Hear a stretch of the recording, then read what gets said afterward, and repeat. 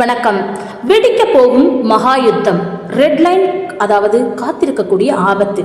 என்னதான் நடக்குது America, Israel, Iran உட்பட்ட நாட்கள்ல அப்படின்னு பார்த்தோம்னா, அமெரிக்கா மற்றும் இஸ்ரேல் படைகளை குறிவைத்து ஈரான் தொடர்ந்து தாக்குதலை நடத்தி வந்துட்டு இருக்காங்க.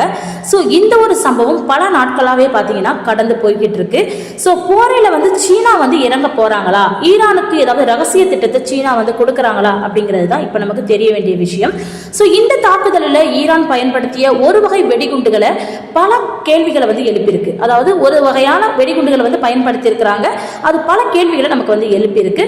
ரஷ்யா மற்றும் சீனாவின் தலையீடு இது இருக்குமோ அப்படிங்கிற கேள்வியுமே இப்ப நமக்கு எழுந்திருக்கு. ஓகேவா, இதனால இந்த ஒரு கேள்வி எழுப்பப்பட்டிருக்கு. அப்படி என்ன வெடிகுண்டு அது அப்படிங்கறத குறித்து இப்ப நம்ம பார்க்கலாம். அதாவது என்னன்னா, இஸ்ரேல் அமெரிக்க படைகள் இணைந்து ஈரான் மீது போரை ஆரம்பிச்சிருக்கிறாங்க. இதுதான் கடந்த பல நாட்களாக நடந்துட்டு இருக்கக்கூடிய ஒரு போரா பார்க்கப்படுது. இது மிகவும் பெரிய போராக வலுப்பெறுமோ அப்படிங்கிற மாதிரியான ஒரு அச்சமும் ஏற்படுது. இரு தரப்புகளுமே பார்த்தீங்கன்னா மாறி மாறி தாக்குதலை நடத்தி வந்துகிட்டு இருக்காங்க. இது பெரிய தாக்குதலையும் வழிவகுக்குது, உயிர் சேதங்களும் ஏற்படுது. உயிர் சேதம் அன்றி நிறைய படுகாயங்களையும் ஏற்படுத்துது.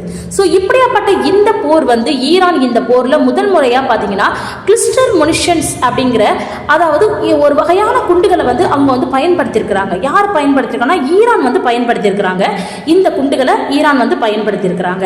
அதாவது இந்த வகையான குண்டுகள் பார்த்தீங்கன்னா தாக்க வேண்டிய இடத்திற்கு அருகே வந்ததுக்கு அப்புறமா சிறு சிறு வெடிப்பொருளா அப்படியே சின்ன சின்னதா அப்படியே பிரிஞ்சு அப்படியே தூள் தூளா விழுந்துருமா. ஆனா அப்படி தூள் தூளா சிதறி விழக்கூடிய இந்த வெடிப்பொருள் வெடிக்காத குண்டுகளாகவும் கன்னி வெடிகளாகவும் இருக்கும் அப்படின்னு சொல்றாங்க.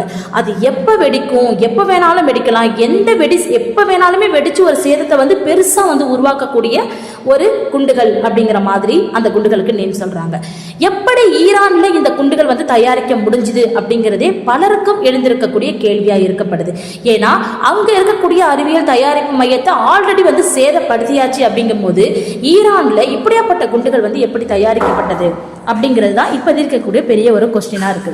அதே போல உக்ரைன் போர் சமயத்துல ட்ரோன் பரிமாற்றங்கள் மூலமா ரஷ்யா ஈரானுடைய உறவுகள் மிகவும் வலுப்பெற்று காணப்பட்ட ஒரு விஷயம், நம் அனைவருக்கும் தெரிஞ்ச ஒரு விஷயமாவே பார்க்கப்படுது. ஸோ அந்த உக்ரைன் போர் சமயத்துல ரஷ்யா ஈரானுடைய உறவுகள் ரொம்ப வலுப்பெற்று காணப்பட்டது இல்லையா. ஸோ அதை மையமா கொண்டு ஈரானிடம் ரஷ்யா KMGU டிஸ்பென்சர்கள் மற்றும் பார்த்தீங்கன்னா கொத்தாக வெடித்து சிதறக்கூடிய கிளிஸ்டர் குண்டுகளான கியாம் ஏவுகணைகள், இந்த ஏவுகணைகள்லாம் இருக்குல்ல, இது சீனாவுடைய பெய்ஜிங்கிங் BRI திட்டத்துல ஈரானுடன் ராணுவ தொடர்புல இருக்கு அப்படின்னு சொல்றாங்க. அதாவது ஈரானுடைய ராணுவ தொடர்புகளும் இந்த சீனாவுடைய பெய்ஜிங் BR திட்டமும் ஒன்னா இருக்கு அப்படிங்கிற மாதிரி சொல்லப்படுது. ஸோ இதை ஈரான் சொந்தமாக உருவாக்கி இருக்க கிட்டத்தட்ட வாய்ப்பே இல்லை அப்படிங்கிறது தான் இப்போதைக்கு இருக்கக்கூடிய ஒரு பரவலான கருத்தா பார்க்கப்படுது. கண்டிப்பா இது ஈரான் உருவாக்கி இருக்க வாய்ப்பில்லை அப்படிங்கிறாங்க. ஸோ மற்ற நாடுகளிடம் இருந்து ஈரான் ஆயுதங்களை பெறுறதுக்கும் வாய்ப்பு கிடையாது. இப்போ உள்ள சூழ்நிலைக்கு கண்டிப்பா ஈரான் மற்ற நாடுகள்கிட்ட ஹெல்ப் வாங்கி அது மூலமா ஈரான் ஆயுதங்களை பெறுறதுக்கான வாய்ப்புகள் மிக மிக குறைவாக இருக்குன்னு பார்க்கப்படுது.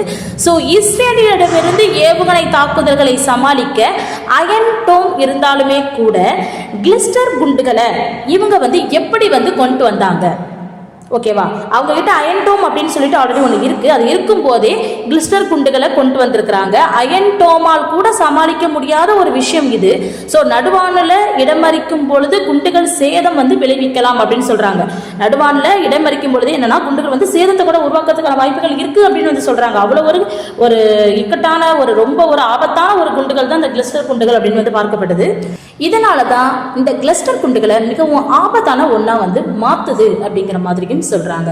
ஸோ அப்படியாப்பட்ட குண்டுகள் இவங்களுக்கு எங்கிருந்து கிடைச்சது, எப்படி இவங்க பயன்படுத்துகிறாங்க, அது மட்டும் இல்லாமல் இவங்க நிறைய விஷயங்கள் பண்ணுறாங்க. என்னென்னா, உலக அளவில் 111வது நாடுகள் குத்து குண்டுகளை தடை செஞ்சிருக்கு. ஓகேவா, அதாவது இந்த கொத்து குண்டுகள்னு சொல்கிறாங்க இல்லையா, இந்த குண்டுகளை 111 நாடுகள் என்ன பண்ணியிருக்காங்கன்னா தடை செஞ்சுருக்காங்க. ஆனால் ஈரான், இஸ்ரேல், அமெரிக்கா மட்டும் பார்த்தீங்கன்னா இந்த லிஸ்ட்ல இல்லை. ஓகேவா, இந்த 2023 உக்ரைனுக்கு அமெரிக்கா வழங்கிய இந்த கிளஸ்டர் குண்டுகள் அப்போது பெரும் சர்ச்சை எழுப்பி இருந்துச்சு. அதாவது அந்த காலகட்டத்தில் ரொம்ப பெரிய சர்ச்சை எழுப்பியிருக்குது. ஸோ இந்த சூழலில் தான் பார்த்தீங்கன்னா ஈரானுடைய இந்த கிளஸ்டர் வெடிகுண்டு பயன்பாடு மீண்டும் விவாதத்தை கிளப்பியிருக்கு. அதாவது இவங்க பயன்படுத்தின இந்த வெடிகுண்டானது இது மீண்டும் ஒரு பெரிய விவாதத்தை வந்து ஏற்படுத்தியிருக்கக்கூடிய ஒரு சூழலை வந்து கிளம்பியிருக்கு நமக்கு. ஸோ அமெரிக்கா இஸ்ரேல் நாடுகள் தங்கள் மீது நடத்தக்கூடிய போருக்காக ஈரான் அரபு நாடுகளை குறிவைத்து தாக்கி வந்துகிட்டு இருக்கு. ஓகேவா, அமெரிக்கா இஸ்ரேல் நாடுகள் வந்து ஈரான் மேல போர் தொடுக்கிறாங்க. ஆனா இவங்க என்ன பண்றாங்க, அரபு நாட்டையே வந்து தாக்கிட்டு இருக்காங்க. முக்கியமா பாத்தீங்கன்னா சவுதி அரேபியா மீது ஏவுகணை ட்ரோன் தாக்குதலை ஈரான் வந்து மேற்கொண்டு இந்த நிமிஷம் வரைக்கும் வந்துட்டு இருக்காங்க. ஸோ இதனால உண்மையாவே சொல்ல போனோம்னா சவுதி அரேபியா பெரும் கடும் கோபத்தில் இருக்காங்க அப்படின்னு தான் சொல்லணும். ஸோ அமெரிக்கா இஸ்ரேலுடன் சேர்ந்து ஈரானை தாக்க தயாராகி வருவதாக திடுக்கிட வைக்கும் தகவல் வந்து நமக்கு வந்து வெளியாயிருக்கு. என்னன்னா அமெரிக்கா வந்து இஸ்ரேலோட சேர்ந்து ஈரானை தாக்குறதுக்கு புறப்படுது அப்படிங்கிற மாதிரி ஒரு தகவல் நமக்கு வந்து பரவிட்டு இருக்கு. இந்த சூழல்ல சவுதி அரேபியாவில் அமெரிக்காவின் பிரின்ஸ் சுல்தான் விமானப்படை தளம்னு ஒன்று இருக்கு. ஓகேவா, அந்த பிரின்ஸ் சுல்தான் விமானத்தடை பலம் அந்த தளம் இருக்கு இல்லையா, அந்த தளத்தை வந்து ஈரான் வந்து குறி வச்சிருக்கிறாங்க. ஓகேவா, அதே போல சவுதி அரேபியாவுடைய மிகப்பெரிய கச்சா எண்ணெய் ஆலையான சவுதி ஆரம்கோ மீது தாக்குதலை வந்து நடத்தியிருக்கிறாங்க இந்த ஈரான் வந்து. அதாவது இவங்களுடைய பெரிய வருவாய் ஈட்டக்கூடிய ஒரு இடங்களை மட்டும்தான் வந்து ஈரான் வந்து குறிவைக்கிறாங்க. அதே போல ஹார்முஸ் ஜலசந்தியை மூடி இருக்கிறதுனால சவுதி அரேபியா செங்கடல் வழியாக வர்த்தகத்தை தொடங்கும் அப்படின்னு சொல்லி அறிவிப்பு வந்து வெளியிட்டிருந்தாங்க. ஏன்னா ஹார்முஸ் ஜலசந்தி இருக்கு இல்லையா, அதுதான் மெயினான பிளேஸ், அதையும் வந்து இப்போ மூடி இருக்காங்க. அதே போல ரியாத்தில் உள்ள அமெரிக்க தூதரகம் உள்ளிட்டவைகளின் மீது தாக்குதல் வந்து நடத்தப்பட இருக்கு அப்படிங்கிற தகவலுமே பார்த்தீங்கன்னா நமக்கு வந்து வெளியாகிருக்கு. ஸோ இது எல்லாமே சவுதி அரேபியா நாடுகளுக்கும் தெரியும். ஸோ வரும் நாட்கள்ல சவுதி அரேபியாவில் உள்ள கடல் நீரை குடிநீராக்கும் நிலையங்கள் இருக்கு இல்லையா, அந்த இடத்தை தான் ஈரான் வந்து அடுத்து வந்து குறிவைக்க போறாங்க அப்படிங்கிற மாதிரியான தகவலும் நமக்கு சவுதி அரேபியாவுக்கு வந்து வெளிவந்திருக்கு. ஸோ சவுதி அரேபியாவில் 75% மக்களுக்கான குடிநீரை கடல் நீரை குடிநீராக்கும் நிலையங்கள் தான் வந்து வழங்கி வந்துட்டு இருக்கு. ஸோ அந்த வழியாக தான் 75% அவங்களுடைய ட்ரிங்கிங் வாட்டரை வந்து அவங்க வந்து பேஸ் பண்ணிட்டு இருக்காங்க. ஸோ தலைநகரான ரியாத்தில் உள்ள மக்கள் இந்த சுத்திகரிப்பு தண்ணீரை தான் என்ன பண்ணிட்டு இருக்காங்க, குடிச்சு வந்துட்டு இருக்காங்க. ரியாத்தில் உள்ள மக்கள் வந்து இந்த தண்ணீரை தான் குடிநீரை வந்து பயன்படுத்தி வந்துட்டு இருக்காங்க. மக்களுடைய மெயின் வாழ்வாதாரமே இந்த குடிநீரை பொறுத்து தான் இருக்கு அப்படிங்கிற மாதிரி சொல்லப்படுது. ஸோ அரேபியாவில் பொறுத்த வரைக்கும் யாருடனுமே சண்டைக்கு போறது கிடையாது. பொதுவாகவே சவுதி அரேபியாவை பொறுத்த வரைக்கும் சண்டைக்கோ போருக்கோ போடுறது வந்து பொதுவாக அவங்க வந்து விரும்புறது இல்லை, யாருக்கும் சண்டைக்கு அவங்க போறதும் கிடையாது. ஆனா சவுதி அரேபியாவின் கச்சா எண்ணெய் நிலையமா இருக்கட்டும், கடல் நீரை சுத்திகரிக்கிற நிலையமா இருக்கட்டும், விமானப்படை தளங்களா இருக்கட்டும், இது அத்தனையுமே பார்த்தீங்கன்னா ஈரானால் வந்து குறிவைக்கப்பட்டிருக்கு. சில இடங்கள் வந்து தாக்கமும் செய்யப்பட்டிருக்கு. ஸோ இந்த இடங்களை தொட்டா சவுதி அரேபியாவின் பொருளாதாரம், மக்களுடைய வாழ்வாதாரம், இது எல்லாமே பெரிய அளவில் பாதிப்புக்கு உள்ளாகும் அப்படிங்கிற விஷயம் கண்டிப்பா ஈரானுக்கு தெரிய வந்திருக்கு. ஓகேவா, ஸோ இந்த இடங்கள்ல தான் நம்ம தொடரணுங்கிற மாதிரி அவங்க தொட்டிருக்காங்க.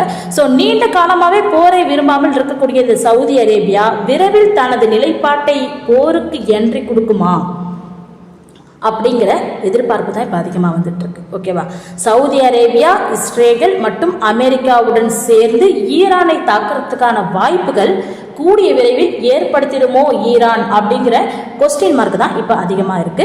ஸோ இஸ்ரேல் மற்றும் அமெரிக்காவோட சவுதி அரேபியா சேர்ந்து போருக்கு கிளம்பிடுமோ அப்படிங்கிற எண்ணமும் அதிகமாகுது. சவுதி அரேபியா அமெரிக்க படைகளுடன் சேர்ந்து தாக்குவோம் என ஈரானை வார்னிங்கும் செஞ்சிருக்கிறாங்க. புரியுதா, இந்த மாதிரிலாம் தாக்குதல் பண்ணா நாங்கள் அமெரிக்காவோட சேர்ந்து ஈரானை தாக்குவோம்னு வார்னிங் கொடுக்கப்பட்டிருக்கு. தற்போது ஈரான் நடத்தும் தாக்குதல் சவுதி அரேபியாவை கோபப்படுத்தி இருக்கலாம் அப்படிங்கிற மாதிரியான தகவலும் வெளிவந்திருக்கு. ஸோ அப்படி வெளிவந்ததுனால தான் இவங்க இப்படி ஒரு அனௌன்ஸ்மெண்ட்டை அவங்க வந்து வெளியிட்டிருப்பாங்க. ஸோ சவுதி தாக்கும் போது அது மொத்த பிராந்தியத்தையுமே பதற்றத்தை அதிகரிக்கும், அதோடு சவுதி மக்களை பாதிக்க அதிக வாய்ப்பு இருக்கு அப்படின்னு எதிர்பார்க்கப்படுது. இந்த ஒரு போர் முடிவுக்கு வரும் வரையில் கண்டிப்பாக அனைவருக்குமே வந்து ஒரு பெரிய பதற்றமும் ஒரு எதுவும் தான் இருக்கும் அப்படின்னு தான் பார்க்கப்படுது. ஏன்னா இது வந்து என்னைக்கு முடிவுக்கு வரும் அப்படிங்கிறது தெரியல. ஏன்னா ஈரான் வந்து இந்த ஒரு விஷயத்தை கைவிட்டாலொழிய இது வந்து முடிவுக்கு வருமா அப்படிங்கிறது தெரியல.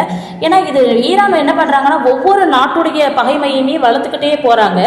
இவங்க பகையை வந்து ஒரு நாட்டையும் தேடுறதுனால அனைத்து நாடுகளும் ஒன்றா சேர்ந்து கண்டிப்பாக ஈரானை தாக்குறதுக்கான வாய்ப்புகள் ஏற்பட்டுடும் அப்படிங்கிற மாதிரி தான் பார்க்கப்படுது. ஸோ இது இந்த அளவுக்கு போகும் அப்படிங்கிறது நமக்கு தெரியல. இருந்தாலும் எந்த உயிர் சேதமும் இல்லாமல் இது கூடிய விரைவில் முடிக்கணும் அப்படிங்கிறதுக்காக நமக்கு அனைவரும் சேர்ந்து கடவுளை பிரார்த்திப்போம். நன்றி.